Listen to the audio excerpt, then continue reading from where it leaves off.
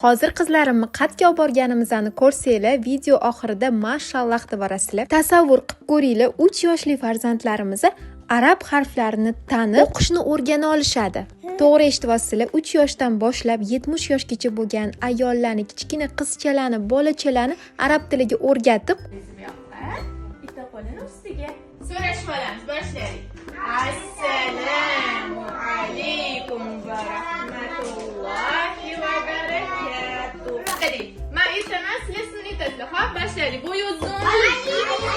Kemaga o'xshagan. Kuchli. Jim o'rtog'i.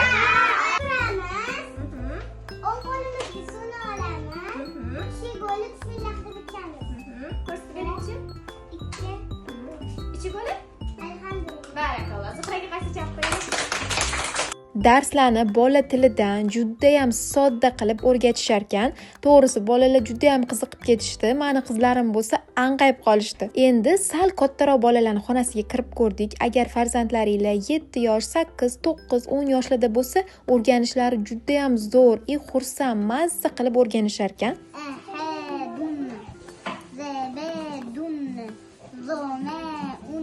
Menga yoqqan yana bitta tomoni, farzandlarimiz darsga kirib ketishgan vaqtda biz zerikmasdan kitob mutolaa qilib turishimiz ham mumkin ekan. Shunaqa zo'r sharoitlar qilib qo'yishgan. Ko'rganingizdek, har bitta o'qituvchilar bolalarning yoshiga qarab tanlangan va o'rgatilishi har xil usulda. Xonalar ham shunga moslashgan. Boshida hali erta bo'lsa kerak, 3 yosh kichkinalik qiladi deb o'ylagandim, lekin u yoqdagi kichkina bolachalarni ko'rib, to'g'risi rosa havasim keldi.